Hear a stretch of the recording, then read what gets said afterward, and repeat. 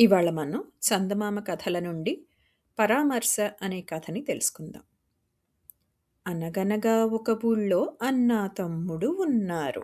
తమ్ముడు ఘనుడై ఆ ఊళ్ళో తగవులు తీరుస్తున్నాడు. కొన్నాళ్ళిట్లే గడువంగా అన్నకు పుట్టిందొక బుద్ధి. తమ్ముడా, కొన్నాళ్ళింటో చూడు, తగవులు తీర్చెదనే అన్నాడు. కిమ్మనకుండా తమ్ముడు సరి అని పెత్తనం అన్నే చేస్తున్నాడు. ఇంతలో ఊళ్ళో ఎవరి పెళ్ళమో వింతగా కాలం చేసింది. తమ్ముడు మునుపాకసారిలాగే తల్లిగా తెంచిన ఒక్కరితో ఆవిడ మీకే కాదండి అందరకునూ అమ్మేననెను.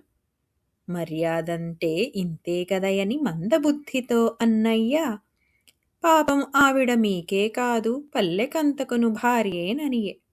చాలున్నోర్మొయ్యమంటూ అతడు 4 తన్నులు తన్నేడు. సత్తా లేకనే పదవికి పోతే మెత్తగా తన్నులు తింటారు. ఇదండి వాల్టి మన కథ. మళ్ళీ ఇంకొక కొత్త కథతో మీ ముందుంటాం. అంతవరకు సెలవు మరి.